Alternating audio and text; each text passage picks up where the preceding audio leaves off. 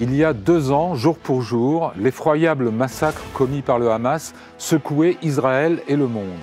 2 ans plus tard, la guerre continue, mais il y a peut-être une lueur d'espoir avec le plan de paix de Donald Trump. Alors quelle empreinte le 7 octobre laisse-t-il sur le Moyen-Orient et le reste du monde? Le plan du président américain peut-il permettre de sortir de l'impasse?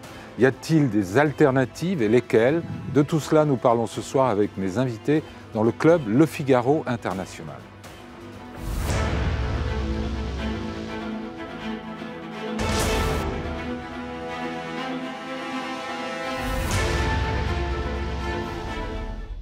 Dominique Moisy, bonsoir. Bonsoir. Vous êtes politologue et géopoliticien, conseiller spécial de l'Institut Montaigne, après avoir été cofondateur de l'IFRI. Vous êtes chroniqueur pour de nombreux titres français et anglo-saxons. Vous avez enseigné au King's College de Londres, à Harvard, à Sciences Po Paris, à l'École des hautes études en sciences sociales notamment. Vous êtes l'auteur de plusieurs classiques et votre dernier livre, Le triomphe des émotions, la géopolitique entre peur, colère et espoir, a reçu le prix Vauban 2024. Laetitia Bucaille, bonsoir. Bonsoir. Vous êtes professeure de sociologie politique à l'INALCO, l'Institut des langues orientales, membre du Centre d'études en sciences sociales des mondes africains, américains et asiatiques, et membre de l'Institut universitaire de France. Vous avez travaillé notamment sur les territoires palestiniens, les conflits, les sorties de conflits et la construction de la paix. Vous êtes l'auteur de plusieurs ouvrages sur le dossier palestinien, dont le prochain sort le 15 octobre chez Stock. Quel avenir pour Gaza? S'enfoncer dans la guerre ou s'en extraire? Guillaume de Dieuleveux, bonsoir. Vous êtes grand reporter et chef adjoint du service international du Figaro. Et vous étiez jusqu'à l'été dernier notre correspondant à Jérusalem, où vous avez donc couvert les événements du 7 octobre et leur suite jusqu'à aujourd'hui. Vous êtes également l'auteur de plusieurs livres, dont un dictionnaire insolite de l'Égypte et un paquebot pour Oran. Georges Malbruno, bonsoir. Bonsoir. Vous êtes grand reporter au service international du Figaro, spécialiste du Moyen-Orient, ancien correspondant à Jérusalem vous aussi, auteur d'une dizaine de livres, dont le dernier est consacré au prince héritier saoudien Mohammed Ben Salman sous le titre MBS confidentiel, enquête sur le nouveau maître du Proche-Orient, coécrit avec Christian Chesneau en 2024 chez Michel Lafon. Alors, revenons d'abord, avant toute chose, sur cet épisode du 7 octobre 2023. Dominique Moisy, vous étiez présent ici, sur ce plateau, le 9 octobre 2023, sous le choc, comme tout le monde. Qu'est-ce qui a changé ce jour-là? Je crois qu'il faut prendre la mesure, 2 ans après, de la taille de cet événement. 1200 et quelques Israéliens tués en un jour, c'est l'équivalent de 10 000 Français. Mais le 7 octobre n'est pas exactement le 11 septembre d'Israël.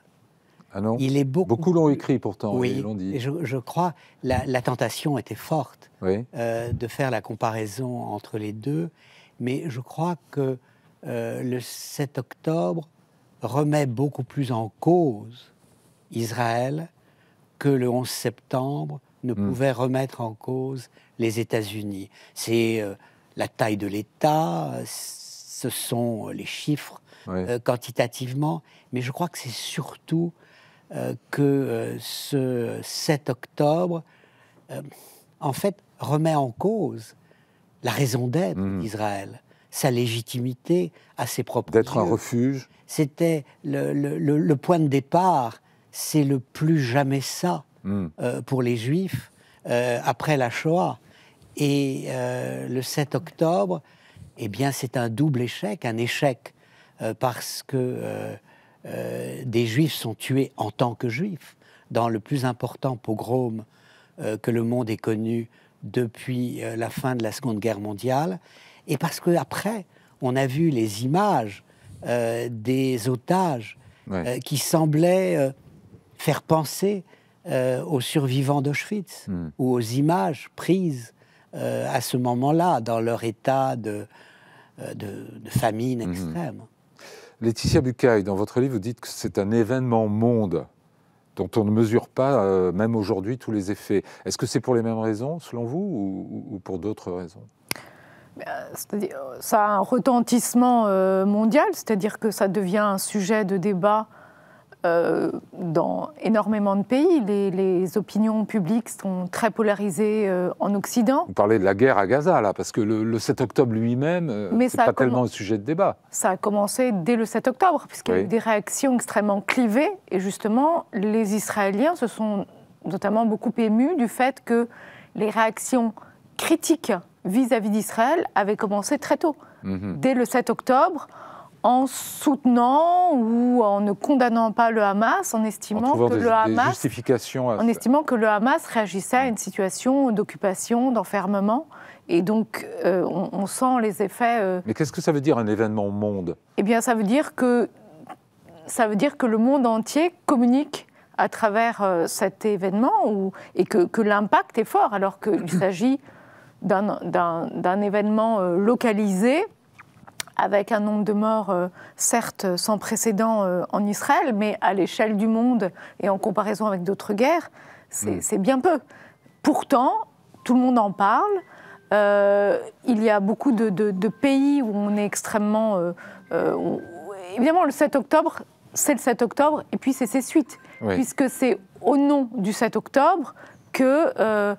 Israël mène cette guerre contre le Hamas et contre Gaza, finalement, et contre les Palestiniens. Guillaume de Dieuleveux, le choc dans la société israélienne, est-ce qu'on l'a bien mesuré en dehors d'Israël, selon vous, ou on l'a sous-estimé? Je pense que ce qu'on n'a pas mesuré, c'est que le choc du 7 octobre, la société israélienne est toujours aujourd'hui sous le choc du 7 octobre. Elle le sera, comme vous l'avez dit, parce qu'effectivement, c'est la promesse originelle d'Israël qui, d'une certaine manière, Israël n'a pas été capable de répondre à cette promesse originelle de protéger les Juifs.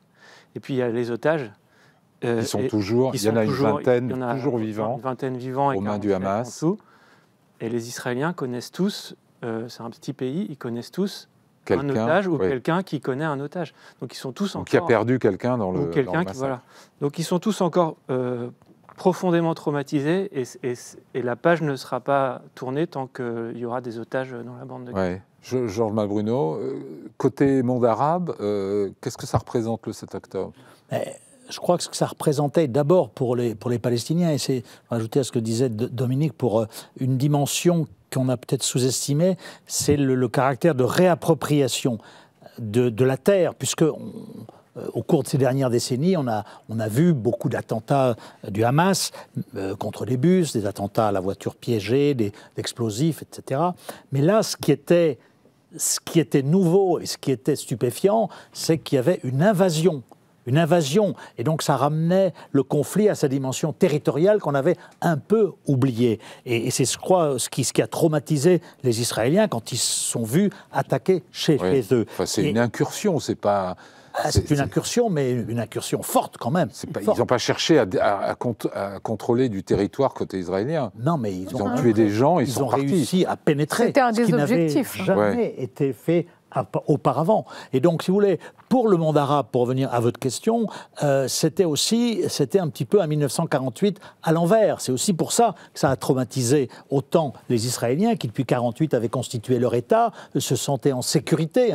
Il y avait encore une fois, des attentats, mais il n'y avait pas d'incursion aussi massive et aussi meurtrière. Et donc, de ce point de vue-là, effectivement, et le monde arabe, effectivement, a condamné, mais a aussi compris certaines franges, parce que c'est une conséquence de l'occupation, c'est une conséquence, Gaza, c'est 2/3 de réfugiés. Donc, ce qu'il faut bien voir, c'est que les Gazaouis aussi noirs et toute sa bande qui ont monté ça, pour eux, c'était l'imaginaire du retour. Et c'est ça qui a traumatisé la société israélienne, dire on n'est pas sécure dans le pays dont on s'est doté en 1948, parce qu'on a des gens qui viennent reprendre nos maisons. Et ça, je crois que ces symboles-là ont traumatisé les Israéliens. Oui.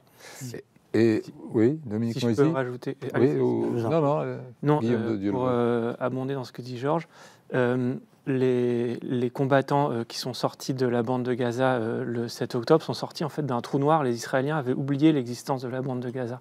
Oui. Et donc le traumatisme a été d'autant plus grand que d'un coup la violence est sortie de cette zone grise qu'ils avaient oubliée. Et par exemple, l'exemple de la fête de la Nova, qui était à quelques centaines de mètres de la bande de Gaza, montre à quel point dans l'imaginaire collectif, il n'y avait plus de danger en fait à se rapprocher de cet endroit.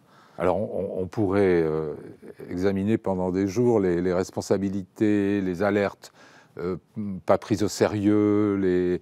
On sait qu'il y avait des soldats, notamment assez jeunes, qui avaient alerté leur hiérarchie. Bon, il y a eu une insouciance et aussi une hubris de la supériorité militaire israélienne qui, en gros, avait fait de Gaza une espèce d'enclos surveillé électroniquement.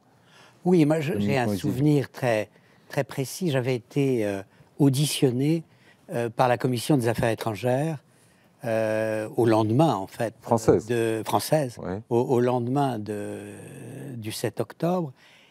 Et il y avait déjà la représentante du LFI qui disait oui, mais quand même, nous ne devons pas... prendre la position des États-Unis, nous rallier à cela. Et il y avait... En fait, elle oubliait ce qui m'apparaît encore rétrospectivement comme l'essentiel. C'est-à-dire que ce n'est pas seulement le caractère quantitatif des massacres, mais son extraordinaire cruauté, qui avait un objectif, qui consistait à se dire, bon, les Israéliens vont vouloir se venger, ils n'accepteront pas que nous nous comportions ainsi avec eux, et puis nous rendrons, par un processus de boomerang, toute paix entre Israéliens et Palestiniens impossible. Et on commencera, bien entendu, par empêcher que l'Arabie saoudite ne rentre dans les accords d'Abraham. Mais je crois qu'il y a cette dimension de cruauté extrême qui était sciemment calculée et qui, de mon point de vue, à la fois a fonctionné politiquement. Les Israéliens sont tombés dans le piège que leur tendait le Hamas, et en même temps délégitime pour toujours, sur un plan politique, la volonté du Hamas de jouer un rôle pour représenter le peuple palestinien. Donc ils ont ramené la question palestinienne au cœur de la problématique moyen-orientale, et sur ce plan-là, c'est important et presque positif. On l'avait mis sous le tapis, moyennant quoi ils se sont éliminés eux-mêmes et ont infligé indirectement, mais des souffrances indicibles au peuple gazaoui. Cette cruauté a aussi justifié une réponse... disproportionnée. On peut la qualifier de disproportionnée, mais en tout cas d'une étendue inimaginable même au début. Tout à fait. C'est allé jusqu'au Liban, jusqu'au Hezbollah, jusqu'à l'Iran. Oui, parce que justement, pour répondre à cet acte terroriste inédit, Benjamin Netanyahou a choisi une réponse inédite, c'est-à-dire de modifier son environnement régional proche, c'est-à-dire le Sud-Liban, où j'étais là la semaine dernière, où il y a 5 positions militaires israéliennes qui sont là-bas et qui resteront peut-être, le sud de la Syrie, où vous avez Israël qui a avancé, Gaza, où on négocie une buffer zone, une zone tampon, etc. Donc c'est ça qui est nouveau et qui a en partie marché, parce que même si stratégiquement il n'y a probablement pas d'objectif derrière, mais il faut bien avoir dans la tête que pour Netanyahou, le 7 octobre l'autorise à frapper où il veut et quand il veut, et à redessiner cet environnement régional proche pour qu'il n'y ait pas, effectivement, depuis le Sud-Liban une incursion de la part du Hezbollah ou ce qu'il en reste, de Syrie, des djihadistes, et de la bande de Gaza, ce qui reste, du Hamas, etc. Est-ce qu'on peut dire, Laetitia Bucaille, que le Moyen-Orient en a été effectivement redessiné ? Oui, alors en fait, un des objectifs du Hamas, en lançant cette attaque du 7 octobre, c'était justement d'entraîner avec lui dans la guerre le Hezbollah et peut-être l'Iran. Et alors là, le Hamas a raté un de ses objectifs, très clairement, puisque le Hezbollah a montré une certaine retenue, même s'il y a eu des escarmouches entre les forces israéliennes et le Hezbollah. Ce qui ne l'a pas empêché de payer très très cher quand même.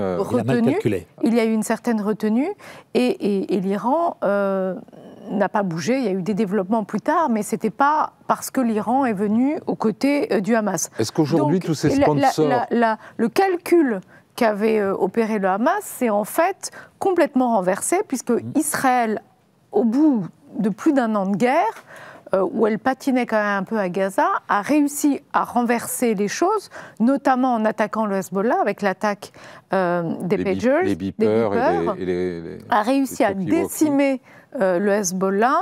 Et il y a eu aussi... Il a aussi porté des coups en Syrie, incroyables à l'Iran. En Iran. Ce qui n'était pas joué. Tout à fait.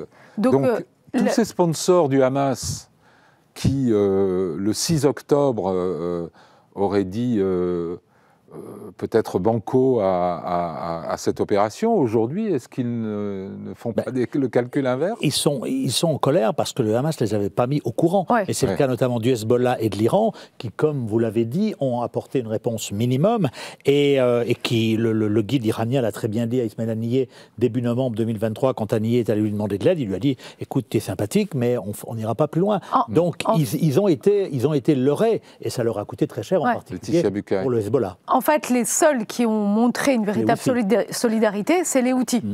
C'est les Houthis et qui continuent aujourd'hui à essayer d'envoyer des roquettes. Guillaume de Dieu-le-Veut, est-ce qu'Israël mesurait sa force avant que ne démarre cette guerre il y a 2 ans ?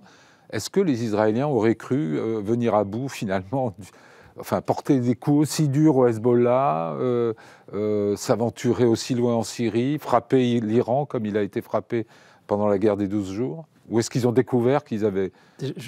Effectivement, ils avaient très peur du Hezbollah. Moi, je me souviens d'être allé avec l'armée israélienne à la frontière nord d'Israël, parce qu'ils voulaient montrer à quel point le Hezbollah était menaçant. Ils savaient que le Hezbollah était juste de l'autre côté de la frontière, ce qu'il n'avait pas le droit, en principe, de faire. Et ils ont été étonnés eux-mêmes de la victoire qu'ils ont remportée contre le Hezbollah. Il y a eu ce coup magistral des beepers et des talkie-walkie. Le bombardement dans lequel Nasrallah... C'est le genre d'opération clandestine qui peut rater, qui a 1000 raisons de rater, mais lorsqu'elle réussit, ils ont décimé quand même tout l'état-major. En une semaine, ils ont mis le Hezbollah à genoux. Et c'était vraiment la grande crainte. Juste après le 7 octobre, c'est le 8 octobre, le Hezbollah est entré en guerre contre Israël. La grande crainte, c'était un bombardement massif du nord d'Israël et d'Haïfa notamment. De même, Israël a détruit la défense anti-aérienne iranienne, pratiquement, bombardé les sites nucléaires. Dominique Moïsi, est-ce que Israël est aujourd'hui en position de redessiner le Moyen-Orient ? Un Moyen-Orient qui serait moins hostile, moins armé, ou c'est le contraire on peut dire l'inverse. Mais je crois que sur un plan strictement militaire, au lendemain de la guerre des 6 jours, en 1967, Israël passe d'un petit État à une puissance régionale. Au lendemain, 2 ans après le 7 octobre, Israël, sur un plan militaire, est devenu une puissance hégémonique au Moyen-Orient. Les pays arabes qui craignaient l'Iran veulent aujourd'hui équilibrer Israël. Et je crois que le point essentiel qu'on n'a pas mesuré totalement, c'est à quel point l'équilibre des forces dans la région s'est modifié. La guerre de 2003 en Irak contre Saddam Hussein fait un seul vainqueur, l'Iran. Depuis 2023, il y a moins d'Iran au Moyen-Orient et par réflexion, il y a plus d'Arabie Saoudite, plus de Turquie, plus d'Égypte. Le grand vaincu de ce qui s'est passé depuis le 7 octobre, la grande victime de l'attaque du Hamas contre Israël, c'est son financier, son protecteur, l'Iran. Et donc, je crois qu'on est dans un nouveau rapport de force, mais cette puissance militaire, Israël le paye du prix de son isolement diplomatique, moral, éthique, tout ce que l'on veut. Oui, et là, on peut aussi penser qu'il y a un certain hubris aussi du côté d'Israël, parce qu'au fond, effectivement, de manière un peu inattendue, Israël a remporté toutes ses victoires, notamment au Liban, en Iran, mais en même temps, en occupant la Syrie, en allant bombarder les négociateurs du Hamas à Doha, au Qatar, là, Israël embarrasse et effraie un certain nombre de pays arabes qui ont signé la paix avec cet État ou qui s'apprêtent à le faire. Dominique Moïse a parlé d'hégémonie. Est-ce que c'est concevable pour Israël? Est-ce que c'est tenable sur le moyen ou long terme de se comporter ou d'être une puissance hégémonique au Moyen-Orient? C'est une hégémonie qui est trop imposée par la force brutale et qui ne s'accompagne pas suffisamment d'un Donc c'est un risque travail. Pour vous? Oui. C'est une hégémonie surtout qui est endossée par Donald Trump et par les États-Unis. C'est ça la grosse différence. Et c'est ce sur quoi joue Benyamin Netanyahou. Au Sud-Liban, depuis le 27 novembre 2024 que le cessez-le-feu a été conclu, Israël l'a violé à 500 reprises, le Hezbollah n'a pas envoyé une seule roquette sur les 5 positions israéliennes à l'intérieur du territoire. Est-ce qu'ils vont désarmer comme... Non, ils ne l'ont pas désarmé, non. Oui, mais est-ce qu'ils vont désarmer, parce que c'est ce qu'on leur demande aujourd'hui? Ce que me disaient les responsables libanais, me disaient, mais on fait passer le message aux Américains en disant « Dites à vos amis israéliens qui nous aident, nous, gouvernements libanais, qui voulons désarmer le Hezbollah, retirez-vous des positions militaires que vous occupez pour que vous n'apparaissiez plus comme un occupant et que vous ne légitimiez pas le Hezbollah. » Donc c'est là où je vous dis, où cette hégémonie, elle est finalement, elle est contre-productive parce qu'elle se retourne contre Israël et elle ne sert pas les intérêts d'Israël, comme l'ont très bien dit les 500 plus hauts responsables du Mossad, du Shin Bet et de l'armée. Et donc c'est là où les victoires tactiques de Benyamin Netanyahou n'ont pas été accompagnées, comme tu l'as dit, d'un traitement politique, diplomatique, etc. Ouais. Juste un mot, Guillaume de Dieu le veut. Ce sentiment d'hégémonie, il est perceptible en Israël Oui, tout à fait. Oui, ce sentiment de toute puissance. De toute puissance, de victoire, en fait. Oui. Alors effectivement, il y a ce qu'on disait au début, le choc du 7 octobre, mais en même temps, oui, le sentiment d'avoir... En fait, la pièce qui manque cruciale à cette victoire, ce sont les otages. Oui. Mais il est assez dangereux parce que les Israéliens se sentent effectivement tout-puissants, mais ils ne se rendent pas compte qu'ils dépendent uniquement, comme vous l'avez dit, de Donald Trump. Qui est un allié très versatile et qui tient vraiment de Netanyahou. Il y a quand même un partenaire qui manque pour faire la paix, c'est quand même les Palestiniens. Ouais. Or, les Palestiniens sont les voisins immédiats des Israéliens. Ouais. Et ça, c'est une pièce qui manque depuis très longtemps. Non, je crois que l'hubris, elle est incontestablement présente. Le 6 octobre et le 7 octobre au matin, et elle contribue à expliquer cette surprise invraisemblable. Mais il y avait revenue aujourd'hui il y avait déjà de l'hubris avant la guerre du Kippour, en 73. Ils n'ont pas cru à l'attaque qui se préparait contre eux. Maintenant, ce sentiment de toute puissance, il est, me semble-t-il, équilibré par un sentiment d'isolement croissant. Ils sentent bien qu'ils sont en train, de plus en plus, d'être perçus par la communauté internationale comme un État paria, sinon un État voyou. Ce qui s'est passé à Doha est doublement un échec. C'est-à-dire que ce n'était pas ce qu'il fallait faire, et en plus, c'est une opération qui a échoué. Et alors, donc il y a ce sentiment dangereux pour un peuple. Oui, la combinaison est très dangereuse. S'il y a ce sentiment de surpuissance et en même temps de fragilité, d'isolement total, on ne nous comprend pas, personne ne nous soutient, on ne peut compter que sur nous-mêmes, ça ne met pas dans les dispositions les meilleures pour envisager des solutions politiques. Je ne parle même pas de paix. Oui. Non, mais c'est une fuite en avant. Oui, alors... Là, il y a quand même, on est presque dans la deuxième partie de votre débat. Allons-y, jetons-nous dans la seconde partie. 73% des Israéliens sont en faveur d'un cessez-le-feu immédiat, de la fin de cette guerre. Ils veulent le retour des otages. Mais ils sentent aussi que l'évolution des dernières années n'a pas été bonne pour eux. C'est-à-dire, il y a cette polarisation est toujours extrême au sein de la société israélienne. Il y a un débat éthique qui commence à parcourir cette société.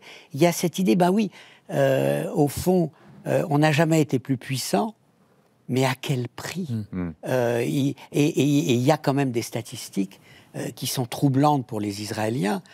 Même le pays qui leur est le plus favorable, l'Amérique, même au sein de l'Amérique, la communauté juive américaine n'a jamais été aussi critique de la politique menée par le gouvernement Israël. La base MAGA de Trump est les aussi... Américains, vous avez vu, Dominique, le sondage récent qui est de la semaine dernière, pour la première fois dans l'histoire récente américaine, une majorité, certes courte, 34% d'Américains soutiennent les Palestiniens contre 33% les Israéliens. Donc il y a effectivement, comme vous l'avez dit, une remise en cause de la solidarité, parce que je crois tout simplement que le gouvernement de Benyamin Netanyahou est allé trop loin dans sa réponse, dans sa riposte, dans ce qui a été fait à Gaza. Et c'est ce qui le fait qu'il s'aliène, d'ailleurs, il s'aliène évidemment les opinions publiques arabes, mais ça, il n'en a pas grand-chose à faire, mais il s'aliène aussi les alliés, les rares alliés arabes qu'il avait, en particulier les Émirats arabes unis qui ont menacé de geler les accords d'Abraham, et l'Égypte qui a menacé de revenir sur l'accord de paix de 79 si jamais il y avait un transfert. Donc voilà, je crois que l'hubris est trop forte chez Benyamin Netanyahou, et je crois que ça dessert les intérêts des Israéliens. là-dessus. Oui, c'est cette question des opinions publiques qui a beaucoup changé, qui s'inscrit quand même dans une dynamique plus ancienne, mais qui s'est accélérée considérablement avec la guerre contre Gaza.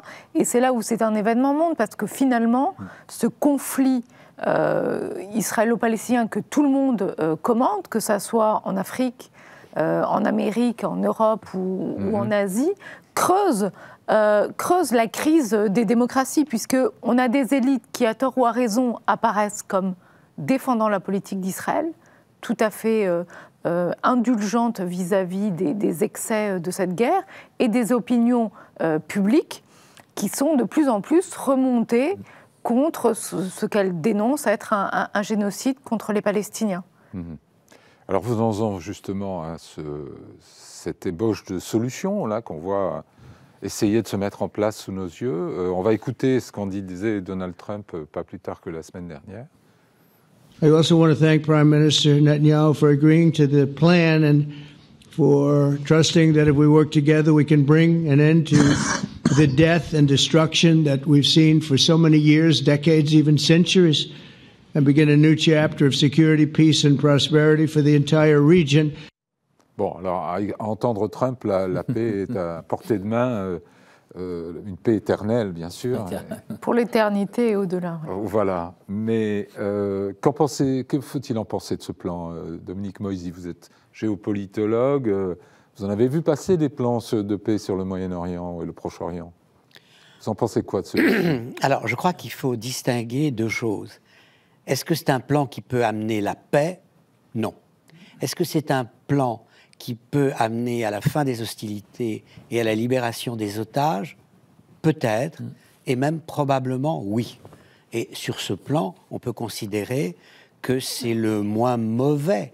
En tout cas, une première étape des plans nécessaire. Possibles. Il faut dépasser l'emphase romantique, poétique de Donald Trump. Depuis 3000 ans, on n'a jamais vu ça au Proche-Orient. Un des plus grands jours dans l'histoire de la civilisation. Donc je crois qu'il y a, au fond, il y avait Moïse qui a libéré, qui a fait sortir les Juifs de la terre d'Égypte, et il y a Trump qui fait sortir les otages et amène la paix sur un plateau au monde. Mais au-delà de ça, je crois quand même Trump accorde beaucoup plus d'importance au Moyen-Orient qu'à la guerre en Ukraine. D'abord parce qu'il sent que, il s'est fait mener en bateau par Poutine et il ne va pas réussir à imposer sa paix à lui. Alors qu'au Moyen-Orient, il se dit quand même, j'ai des moyens de pression forts, réels, et sur Netanyahou, qui n'est pas dans la position de Poutine, et sur les Palestiniens. Et il y a cette intuition, je crois, qui vient de Jared Kushner, qui était déjà présente, son gendre, qui était déjà présente dans les accords d'Abraham, qui consiste à dire la paix entre Israéliens et Palestiniens ne peut pas être faite par les Israéliens et les Palestiniens seuls.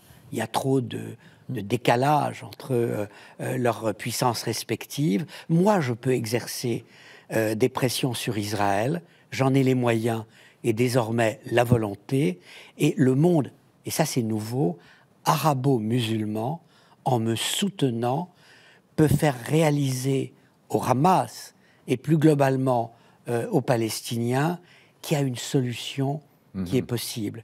Et je crois que le fait que deux grands pays non arabes musulmans, les deux premiers démographiquement, l'Indonésie et le Pakistan, qui expriment leur soutien pour de raisons à eux, qui n'a rien à voir avec la situation moyen-orientale au plan de Trump, c'est une bonne carte et c'est un coup réalisé. Donc je dirais quelque part, pour la première fois, je n'ai aucune empathie ni sympathie à l'égard de Donald Trump, mais je dis quand même bravo l'artiste. Peut-être là, tu as marqué des points, et peut-être grâce à toi, on ne se tuera plus à Gaza demain, et les otages sont libérés. Ça se joue en ce moment, puisque Israéliens, Palestiniens, Américains sont en train de discuter à Sharm el-Sheikh. Laetitia Bucaille, vous, ce plan vous inspire quoi, le plan de Trump?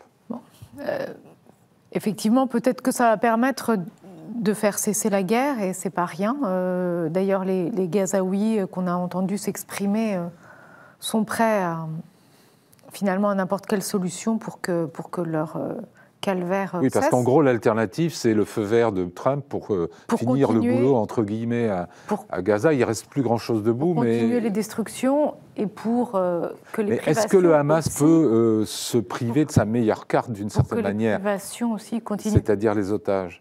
Ça, c'est cynique de le dire, mais... c'est le tournant de ce plan. Enfin, c'est ce qui est nouveau dans ce plan. C'est effectivement de forcer le Hamas par commencer à libérer les otages. Et effectivement, le Hamas se défait de sa carte maîtresse, qui est la détention des otages. Alors, cela dit, ce que le Hamas est en train de négocier, c'est qu'il affirme que pour libérer les otages, il a besoin que l'armée israélienne évacue un certain nombre de zones, voire évacue la bande de Gaza. Il essaye de marquer quelques points pour pouvoir circuler et retrouver. Mais ils ont accepté le principe, n'est-ce pas ? Ils ont accepté le principe. Ils ont accepté le principe en mettant quand même un certain nombre de conditions, et notamment en ne consentant pas à être totalement écarté de l'équation par la suite. Oui. Donc il y a cette première marche qui est compliquée avec l'articulation entre libération des otages et retrait israélien. Mais par la suite, il y a aussi cette question de qui gouverne la bande de Gaza. Mais on ne peut pas imaginer que le Hamas garde un rôle politique. Tout le monde est d'accord. Ce que le Hamas a dit, c'est qu'il entendait conserver un rôle au sein du leadership palestinien, en faire partie et organiser une concertation justement pour que ce soit les Palestiniens qui prennent en main leur destin. Le conseil d'administration de la paix, le board présidé par Trump, dirigé par Tony Blair, Jean-Mal Bruno, c'est une idée qui peut fonctionner? Ça paraît difficile parce que ça... Est-ce que c'est une idée totalement nouvelle? Oui, à Gaza, oui. Enfin, c'est une idée qui a été élaborée par Donald Trump, les conseillers de Blair, Jared Kushner, qui est une espèce de mélange d'affairisme et de c'est-à-dire, c'est extraterritorial parce que vous allez avoir une sorte de tutelle internationale, tutelle étrangère. Les Palestiniens n'existent pas et on convoque des businessmen. Il y a quand même quelques experts neutres palestiniens qui n'auront aucun rôle et qui seront là pour avaliser, etc. Donc là, ça va être compliqué. Mais c'est ce que disait Dominique Moïse, c'est-à-dire Trump a compris qu'il fallait faire la paix entre Israéliens et Palestiniens, malgré les Israéliens et les Palestiniens. Oui, mais vous ne pouvez pas faire la paix à Gaza sans quand même un minimum de Palestiniens, et en particulier d'autorité palestinienne, qui est appelée à reprendre le pouvoir à Gaza, à démilitariser. Ceux qui vont aller démilitariser ce qui reste de militaires au Hamas, qui sont plus très forts, ce n'est pas des Égyptiens, des Émiriens, des Indonésiens, c'est des Palestiniens. Et ces Palestiniens il y a une force d'intervention internationale qui est prévue. Mais en backup, mais pas Manu Militari, c'est pas eux qui vont y aller. Guillaume de Dieuleveux, vous étiez dans ce chaudron pendant 3 ans. Qu'est-ce que ça vous inspire? Ça vous paraît faisable, tout ça? La question, c'est qu'on oublie en fait le peuple palestinien, enfin les Palestiniens. Est-ce qu'on peut imposer de l'extérieur un plan qui a été concocté à Washington à des gens qui vivent il y a une partie de la population qui serait peut-être contente d'être débarrassée du Hamas. Ils vont être très contents d'avoir à manger, de pouvoir dormir en paix et peut-être même de pouvoir reconstruire la bande de Gaza, mais ensuite, s'ils n'ont pas un vrai horizon politique, si le peu d'horizon politique qui leur est proposé vient de l'extérieur, est-ce que ça peut marcher? Laetitia Bucaille, dans votre livre, vous dites s'il y avait des élections demain à Gaza, le Hamas perdrait. Ah oui, ça c'est sûr, à Gaza, le Hamas perd. Alors c'est beaucoup moins sûr en Cisjordanie ou à Jérusalem. Mais à Gaza, c'est sûr et certain. Donc, mais en fait, ce que le Hamas est assez habile de dire aujourd'hui, c'est de dire nous devons en parler ensemble et nous devons reconstruire ce leadership palestinien. Donc, il y a un petit glissement de discours. Le Hamas voulait plutôt prendre le leadership, être à la tête. Et là, ils sont en train de dire il faut qu'on en parle ensemble. Oui, Dominique Moïsi. Il y a un principe de réalité. Le Hamas voit bien qu'il est dos au mur, qu'il n'a plus le soutien d'une population qui veut arrêter d'être tuée et qu'il n'a plus les moyens militaires de se battre réellement et que surtout il n'a plus le soutien d'un Iran fort qui serait derrière lui. Alors maintenant il y a, je dirais, du bon et du beaucoup moins bon dans le plan. Ce qui est relativement bon, c'est qu'on a quitté le projet de Riviera tel qu'il existait de tous les habitants. Il y a quelques mois, avec l'expulsion de tous les Palestiniens et la transformation de Gaza en un club de golf pour milliardaires. Donc ça, c'est quand même déjà un progrès. Ce qui est moins bon, c'est l'ignorance complète de la psychologie locale. Commencer en disant il y aura Tony Blair, c'est-à-dire un Britannique, l'héritier de Lord Balfour, dans la vision historique, quelqu'un surtout qui a fait la guerre de Bush et qui l'a soutenu en 2003 en Irak, c'est pas nécessairement la démarche la plus subtile que l'on puisse adopter. C'est-à-dire, c'est prendre des personnalités, certes impliquées dans le conflit depuis longtemps, qui se sont engagées, qui ont su, c'est le cas de Tony Blair, gagner la confiance de Donald Trump, certainement en flattant son narcissisme, mais encore une fois, c'est pas une personnalité neutre, c'est immédiatement susciter le maximum de soupçons au sein du monde arabo-musulman. Mais il est relativement soutenu par Israël. Quand même, Comment ? Il est relativement soutenu par Israël parce qu'il n'a jamais montré Il a été responsable du quartet à un moment. Responsable du quartet. On avait des contacts diplomates français qui travaillaient avec lui et qui nous disaient d'une part qu'il ne travaille pas. C'est ces petites mains qui lui faisaient ses discours. Et d'autre part, qui a eu une position toujours assez, je dirais, favorable à Israël, ce qui fait qu'il a été plutôt bien accueilli et il a fait ses entrées aux États-Unis, il a ses entrées dans le Golfe parce que qui seront les financiers de la reconstruction de Gaza. Donc c'est vrai qu'il paraît un petit peu hors sol, mais Tony Blair, il a quand même un entre-gens qui est assez extraordinaire. Donc il faut voir. Bon, en même temps, ça peut être un fusible pour Donald Trump. Moi, ce qui m'intrigue un peu, c'est comment on va faire désarmer le Hamas. Ils ont accepté, ils vont le faire comme ça, totalement, ils vont combler les tunnels. Ils ne veulent pas, mais on n'est plus très loin. On a eu des contacts avec des responsables israéliens qui nous ont dit ce que nous savons, que le Hamas n'a plus que 10 000 armes de poing.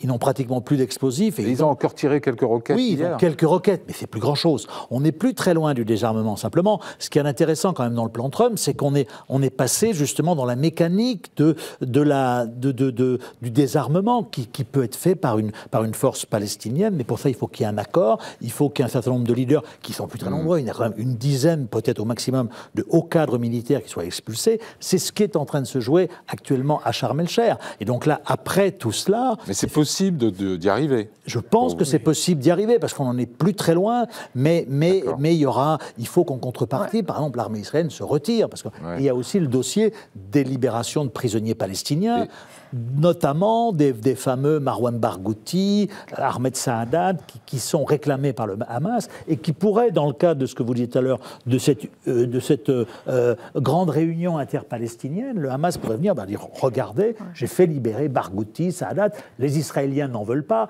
mais c'est la carte qu'ils jouent aujourd'hui. » Laetitia Bucari. Oui, enfin, le désarmement du Hamas ou le fait de vraiment se débarrasser complètement du Hamas ou de le mettre hors d'état de nuire, ce qui n'est pas la même chose, c'est quand même possible si l'on se parle un tout petit peu. C'est-à-dire que si on laisse un espace pour que le Hamas puisse sauver la face et que le Hamas... C'est-à-dire qu'il ne faut pas s'imaginer de venir à bout de l'idéologie, en fait. Alors, oui. D'une part, ça c'est sûr que non. Ça c'est sûr que. Mais les Israéliens, tout l'establishment sécuritaire un peu censé en Israël, le sait très bien. C'est-à-dire qu'on ne va pas éliminer l'idéologie du Hamas et qu'elle va rester. Et le Hamas, par le passé, a déjà connu.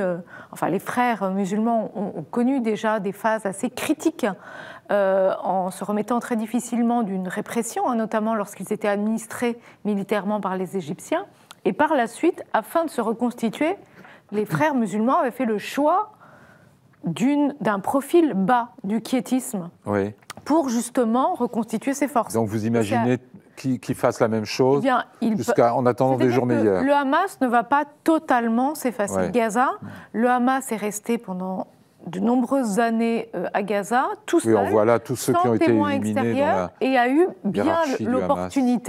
bien eu l'opportunité de créer un système et de créer une emprise sur Gaza. Donc tous ces gens-là ne vont pas disparaître du jour au lendemain. On sait en plus que le nombre de gens qui ont été tués, de Gazaouis qui ont été tués par Israël, c'est essentiellement des civils et non pas forcément des combattants du Hamas. On estime que c'est 80% de civils. Donc en fait, le nombre de combattants du Hamas est peut-être un peu plus important que ce qu'on croit. On sait aussi qu'ils ont continué à recruter pendant la guerre. Dominique Moïsi ? Non, le paradoxe de cette situation, c'est que les événements qu'on a connus, le 7 octobre et la guerre de Gaza, ont ramené la question des deux États au devant de l'actualité. On n'y croyait plus. Elle paraissait impensable.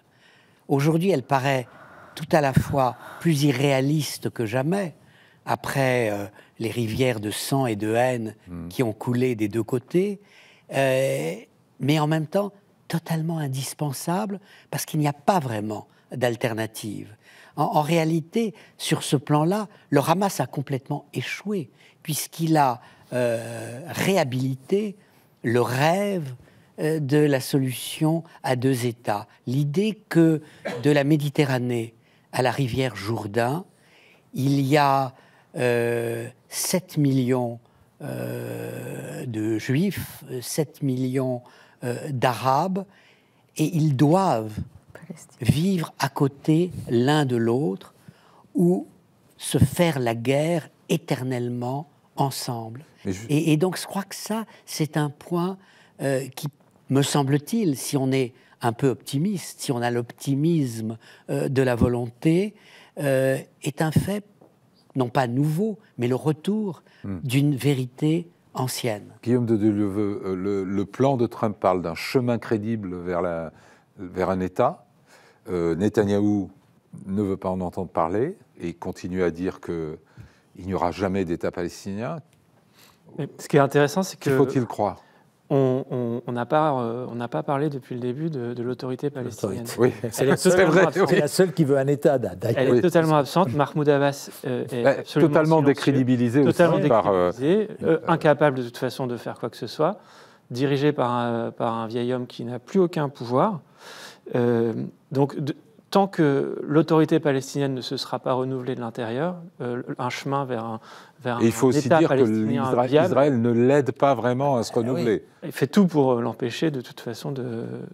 Mais, enfin, à part la coopération sécuritaire, le reste n'intéresse pas vraiment le gouvernement israélien. De coopération sécuritaire. C'est quand même la seule entité qui veut, il faut quand même le rappeler, parce qu'on a le Hamas qui ne veut pas d'un État palestinien dans les frontières de 67, et on a le gouvernement de Benyamin Netanyahou et la Knesset qui n'en veulent pas. Et on a une autorité palestinienne qui, comme tu l'as dit, effectivement, est déliquescente, mais qui est la seule entité justement à porter notre discours. Donc il faut quand même avoir ça en tête. Plus personne n'écoute. Ouais. Alors la position du Hamas, c'est un peu plus compliqué que ça quand même, hein, parce que elle a déjà évolué. Oui. Alors c'est sûr qu'elle reste ambivalente, hein, mais le Hamas, dans un document de 2017... Ils envisagent un État palestinien, mais c'est un peu une étape pour eux. Envisageait un État palestinien, et pour une raison précise qu'ils mettaient en avant, c'était parce que ça faisait l'objet d'un consensus parmi les forces palestiniennes. Donc c'était présenté non pas comme une conviction des responsables du Hamas, mais plutôt comme se mettre en conformité avec la nation palestinienne et avec le leadership palestinien. Donc ça fait longtemps que c'est évoqué dans les bouches des dirigeants du Hamas, le fait qu'il y ait un État dans les frontières de 1967. Guillaume de Dieuleveux, est-ce que Trump peut forcer la main de Netanyahou sur cette affaire d'État palestinien, perspective d'État palestinien?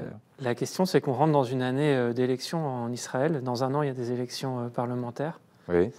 Et Trump est tenu par sa coalition et par des partis... Netanyahou. Netanyahou, excusez-moi. Netanyahou est tenu par ses alliés... Trump n'est tenu par personne.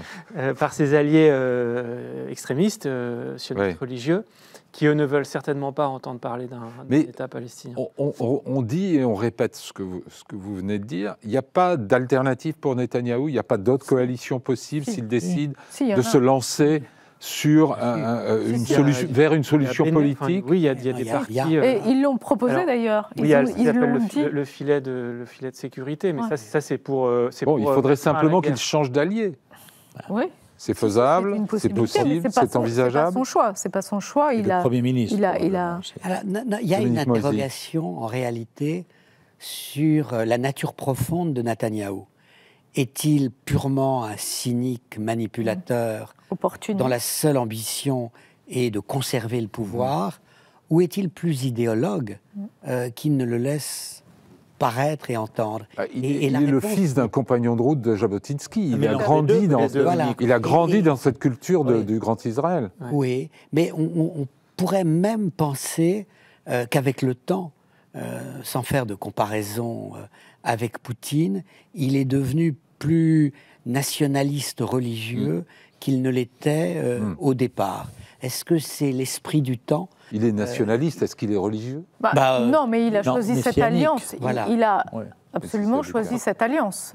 Et il a finalement été très accommodant avec ses alliés suprémacistes religieux. Il s'appuie sur son choix pour le nouveau chef du Shin Bet montre aussi que ce choix, c'est porté sur un religieux. Donc c'est quand même un signe important. Tout son combat, on était correspondant en Israël en même temps. À partir de 1996, lorsque 2 mois après, il a remis en cause les accords de White Plantation, c'était de casser le projet national palestinien, ce qu'il est en train de faire depuis le 7 octobre. Oui. Je crois que c'est le fil rouge de ces 30 années au gouvernement israélien. Il y a un autre aspect qui était toujours présent chez Netanyahou dans les discours, c'était de dire que la paix se fera largement plus par l'économie que par les symboles nationaux.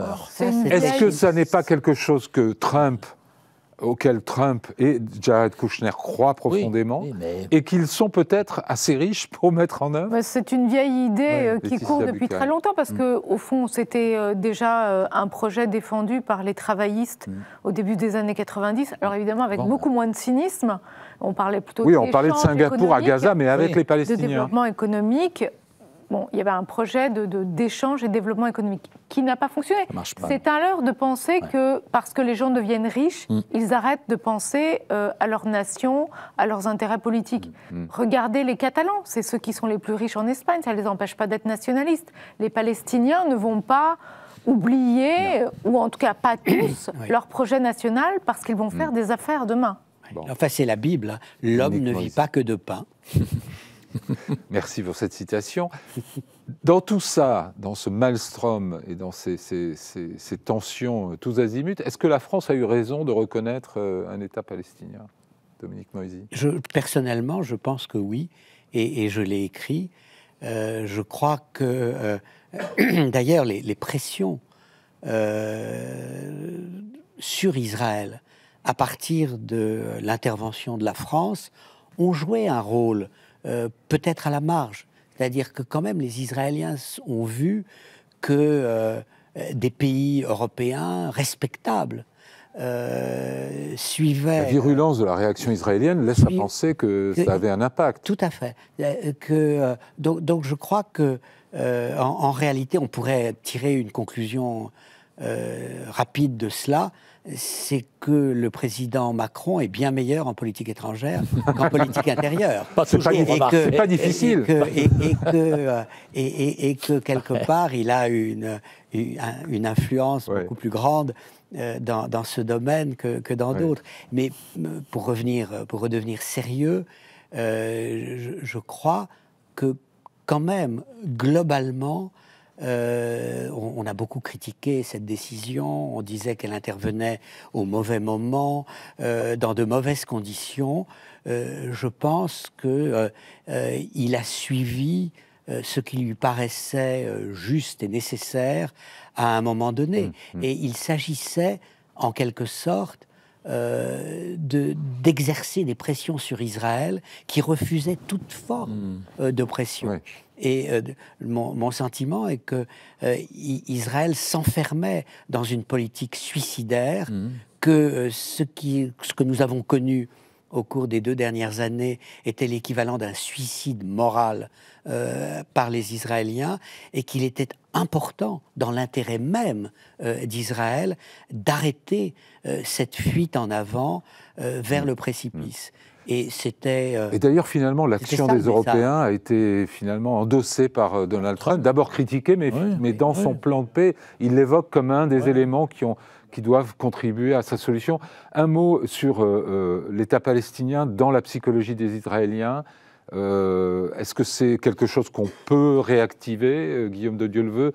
L'État binational, ça, c'est la chose absolument exclue. Je crois que le 7 octobre a vraiment tué l'idée d'un État palestinien, et notamment chez les Israéliens de gauche, puisque les premières... C'est-à-dire le camp de la paix a disparu. Le camp de la paix. Les premières victimes du 7 octobre, c'est les kibbutzim, c'est-à-dire en gros des gens qui étaient de gauche, favorables à la paix et à un État palestinien.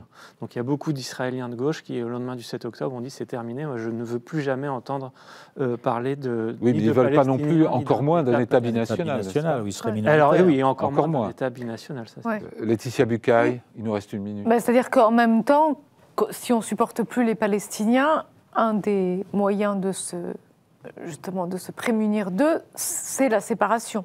Ouais. Et donc, s'il y a une séparation, il y a éventuellement des frontières et éventuellement une souveraineté. Ouais. Mais on a vu jusqu'à maintenant que les Israéliens arrivaient à imposer une séparation avec la construction du mur, la construction de ces barrières de sécurité, sans pour autant que les Palestiniens deviennent souverains.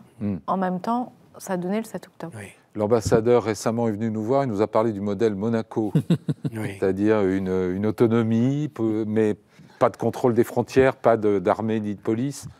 Jean-Marc Bruno. On lui a répondu, si vous vous souvenez, à Monaco, il n'y a pas de territoire. Or, le conflit israélo-palestinien est d'abord un conflit territorial. Donc, je crois que c'était une boutade. Mais en tout cas, peut-être pour conclure, je pense que le plan Trump, dans la foulée du plan franco-saoudien, a remis quand même la diplomatie sur le devant de la scène, et peut-être justement la fin du drame pour les otages israéliens, la fin du drame pour les Gazaouis. Et je crois qu'à ce niveau-là, je crois qu'il faut saluer les uns et les autres. Alors, la politique à la place de la guerre, c'est ce qu'on souhaite tous. Merci à tous les 4 pour vos lumières sur ce sujet complexe. Merci à vous de nous avoir suivis.